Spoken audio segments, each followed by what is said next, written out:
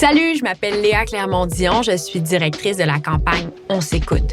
À l'aide de notre kiosque On t'écoute, on est allé à la rencontre des étudiants aux 4 coins du Québec pour qu'ils prennent parole sur le consentement sexuel en milieu sportif. Ça me stresse trop. Es-tu prête? Oui. Bonne réflexion.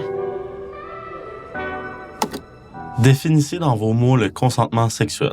C'est vraiment demander à la personne devant toi si elle est à l'aise, si elle veut. Moi, je dirais... Clair, éclairé, continu.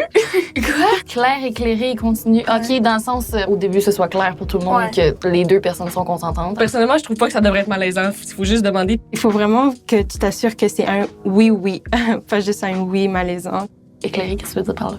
Qui sont en état de le faire. Ah, OK, oui, OK, oui. C'est pas parce que tu étais intoxiqué avec l'alcool que t'as dit oui. Même si t'as dit oui. C'est un peu juste comme de l'écoute au final. Puis continue, c'est comme n'importe quand tu parles. Ouais, c'est ça. Tu sais, c'est pas nécessairement juste le oui puis le non avant, mais c'est aussi comme durant. Tu sais, t'as le droit de changer d'idée. Tu sais, s'ils disent non, ben c'est bien correct, là. Genre, t'arrêtes, là.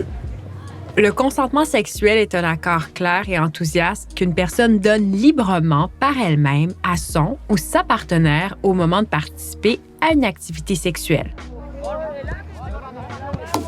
Quand une jeune parle qu'elle est avec un adulte, me semble que ça devrait lever un drapeau rouge, là. Quels sont des red flags de comportement inapproprié entre une athlète et une personne en position d'autorité? Le manque de respect. Tout part du respect, je dirais. Les red flags, c'est vraiment le fait qu'il abuse de son pouvoir. Si justement ton coach il dit ben là si tu fais pas ça, je vais pas te faire jouer ou si tu fais pas ça, je vais te faire ça, whatever. C'est pas nécessairement physique, mais ça peut être psychologique. D'autres athlètes que j'ai connus, ils se faisaient dire « Ah non, ça c'est pas bon, trop grosse, pas assez musclée, trop mince. » Je pense que ça, c'est un gros red flag en tant que coach. C'est des textos qui rentrent trop dans le personnel. Je trouve que ça, c'est vraiment entrer dans sa zone d'intimité. Ça devrait pas être malaisant, ça devrait pas être inconfortable pour toi, là. Voici quelques comportements à surveiller.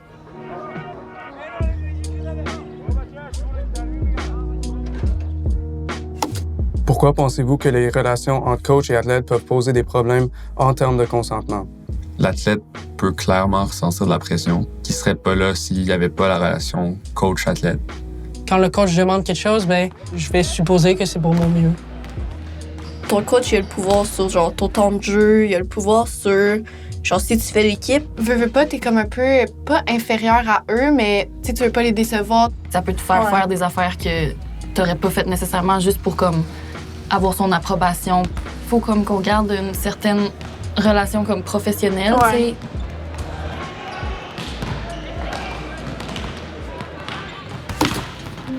C'était vraiment les Olympiques, mon objectif. À la suite de l'agression, j'ai arrêté. Pourquoi pensez-vous que les violences sexuelles peuvent avoir un impact aussi profond sur les performances sportives et académiques d'une personne? Je me dis, je viens de vivre quelque chose qui m'a traumatisé. C'est sûr que performer, c'est pas mon premier chose. C'est justement récupérer de ce que je viens de vivre. T'as juste quelque chose dans le fond de ta tête en arrière qui fait juste tout le temps te gosser, puis tu te laisses pas concentrer à ton sport ou même aux études. Ça reste dans sa mémoire pendant pas mal un gros bout de temps, même pas mal pendant toute sa vie. Là. C'est sûr aussi que ça peut avoir des impacts vraiment profonds parce que ça apporte des chocs post-traumatiques. Ça peut affecter aussi comment qu'elle voit ses relations avec les autres personnes, en termes de confiance et tout. Des fois, t'as peur, est-ce que les gens vont vraiment me croire? Est-ce qu'ils vont me juger pour ça? Puis c'est dur des fois de vraiment aller le dire à quelqu'un ce qui s'est réellement passé. Là. Les VAX peuvent avoir des répercussions sur plusieurs aspects de la vie d'une personne.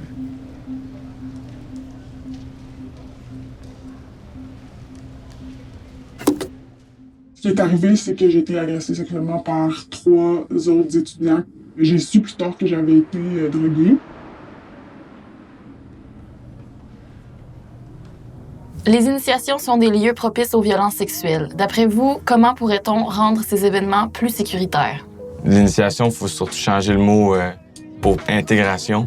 Parce que souvent, ce qu'on entend avec initiation, c'est des gens qui se font un peu maltraiter pour le plaisir des plus vieux, mais les activités, c'est pour que les gars aient du fun, puis qu'après ça, ben, tout le monde se sente dans le même groupe. Puis alcool, drogue, pas nécessaire. Là. On peut les inclure, mais si la personne elle veut pas, elle a pas besoin. Le lieu devrait être sécuritaire avec des gens sécuritaires. Mettons, cette année, nous, à nos installations de basket, on a nommé 3-4 personnes qu'on s'est dit « vous buvez pas ». Puis genre, vous êtes un peu les responsables, c'est vous qui organisez. Le but, c'est que tout le monde ait le plus de fun possible. La personne, c'est ses premiers moments, justement, à l'université. Genre, t'es le bienvenu, pas faut que tu passes à travers ça. Oui, c'est ça.